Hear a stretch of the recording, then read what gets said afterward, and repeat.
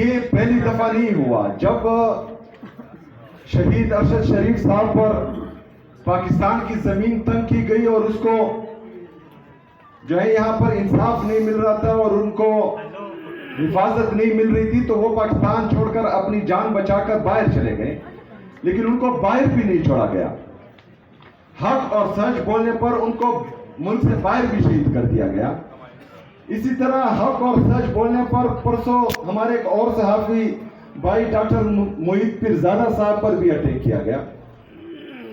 تو کہنے کا مقصد یہ ہے کہ اس سے پہلے ہم بار بار یہ کہتے آئے ہیں کہ آج اگر مجھ پر ہے کل آپ پر آنی ہے.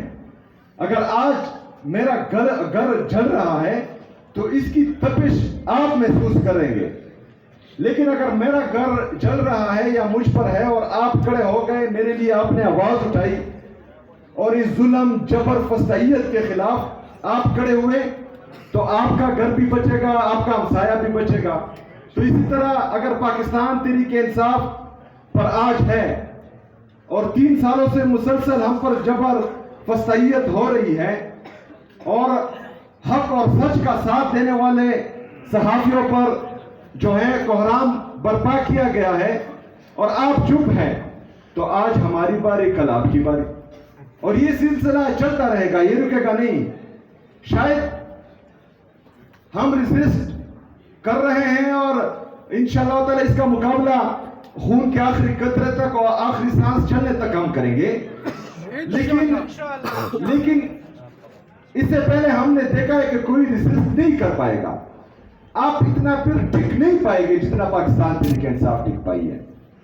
اور جو صحافی آج ٹک پائے ہیں اور انہوں نے اپنی نوکریاں گنوائی ہیں اور اپنا ملک چھوڑا ہے، وہ گئے ہیں، تو شاید کل کو کوئی اور صحافی ایسا نہ کر پائے اور آپ کے لیے آواز اٹھانے والا بھی پھر کوئی نہیں ہوگا.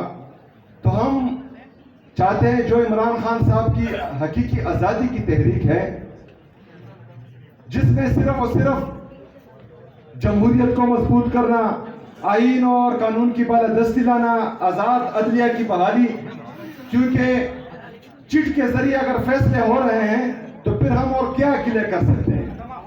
3 ججز جو یہ حکم دیتے ہیں سپرڈنٹ اڈیالہ جیل کو کہ میری ملاقات میرے لیڈر میرے قائد جناب عمران خان صاحب سے کرائی جائے، اور 3 ججز کے آرڈر ایک سپرڈنٹ جو ہے وہ ردی کی ٹوکری میں پھینک دیتا ہے، تو ہم باقی کیا توقع کر سکتے ہیں؟ کون بچائے گا پاکستان؟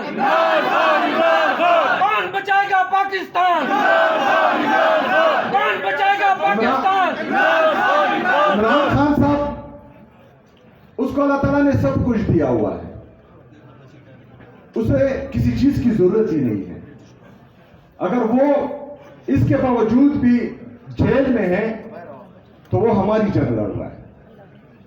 وہ پاکستان میں ہر مکتبہ فکر کے لوگوں کی جنگ لڑ رہا ہے. اس کے ساتھ تو ہو رہا ہے، تقریباً 3 سال مکمل ہونے کو ہے. اس کے ساتھ جو ظلم جبر فسطائیت ہو رہی ہے وہ تمام دنیا کے سامنے ہے. عدت جیسے گھٹیا کیسز جس کا اسلامی تاریخ میں کوئی مثال نہیں ملتی، اس پر کیے گئے. توشہ خانہ کا کیس کیا ہے؟